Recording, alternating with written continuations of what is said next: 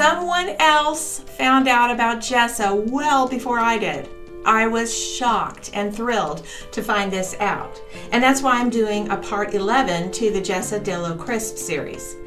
If you've watched this series, one of the main questions I've had this whole time was, how could Jessa get by with telling these false stories for so long and nobody ever even questioned her tall tales? I could barely reason that out in my mind.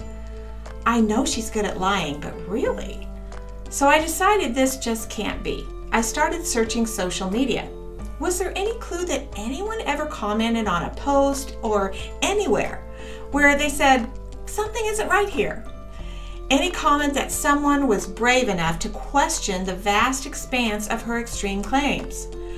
I found one. There may be more, but when I found this one, I was so shocked and thrilled, I decided to stop looking and follow up on it immediately. So originally I went on X and I saw a post where Alight, which is the Alliance to Lead Impact in Global Human Trafficking, they posted on December 14th, 2020. And this is what they posted. Check out our wonderful colleague, Jessa Crisp of Bridge Hope Now at the U.S. Department of State, #Trafficking in Persons event on engaging survivor voices. We're looking forward to learning from the insights of survivors. Then there was a link to the event. In the comments, I found this one lone comment from March 16th of 2021 posted by an account named Mashin' Potatoes. It said, "You should probably investigate her background and claims. I think you'll be surprised." What? Back in the spring of 2021, someone else had checked out her story and already knew that her claims weren't true. Where's this guy been all this time? What I found out was he was a former Marine, a law enforcement officer, and is a paralegal. Through a series of circumstances, I was able to talk with him on the phone, and we had a lengthy conversation where he filled me in. He had seen Jessa making some claims online a few years ago, and it just didn't sit right with him. From his experience in law enforcement, he knew the claims she was making do not fit with the reality of actual sex trafficking, but fit more with what the public thinks about it and what movies commonly portray. So on his own, just like I did, he decided to start investigating her background to see what he could find. And just like me, he quickly realized her claims could not be true. He found her real family and could see that her stories did not match the facts at all. He even had contact and began to communicate with someone Jessa grew up with, was educated with, knew her and her entire family since she was young, and this woman told him that she was lying about it all.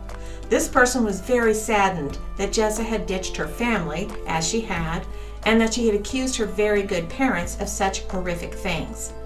And like me, he felt compelled to warn people about this situation. He saw that she was involved in counseling real trauma victims and thought that was dangerous.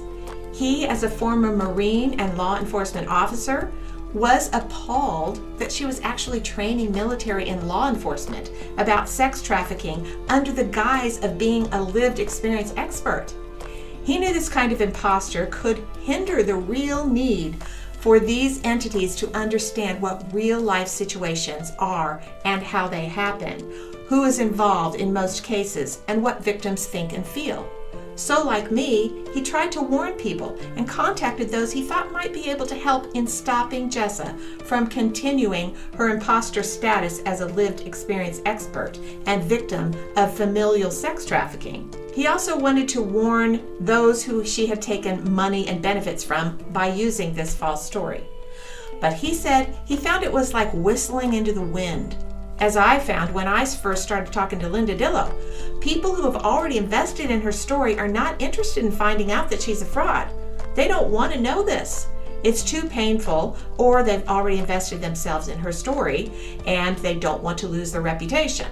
They refuse to look at the evidence. Blindness to truth seems to allow Jessa to continue to ride the waves of public sympathy. Mashin' Potatoes had a life to live and had to get back to it, so he abandoned the fight and moved on.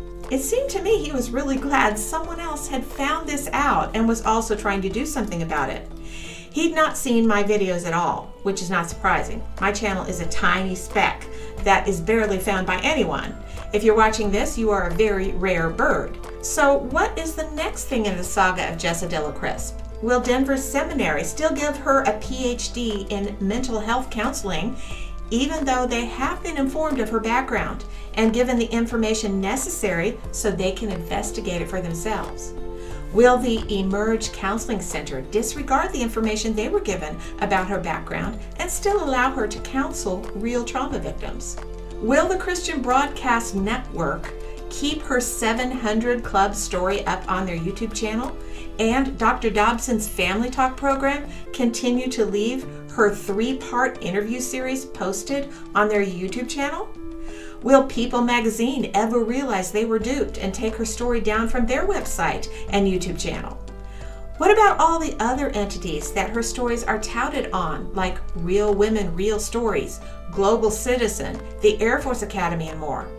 Will any of them actually look at the truth of this situation and adjust themselves to it?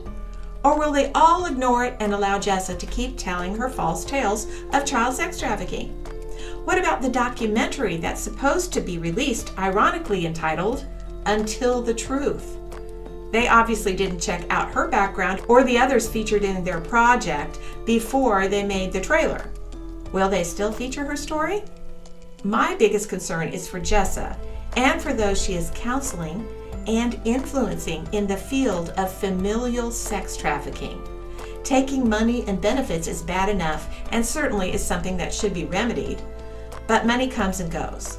The damage that can be done by an impostor posing as a lived experience expert is a bigger concern, in my opinion. If you find any comments on social media that indicate someone else has figured all this out, I'd love it if you would contact me and let me know. Maybe if enough of us get together, we can finally be heard and help the situation to be resolved sooner. If this has interested you, please remember to subscribe. Thanks for watching, and I hope to see you here next time.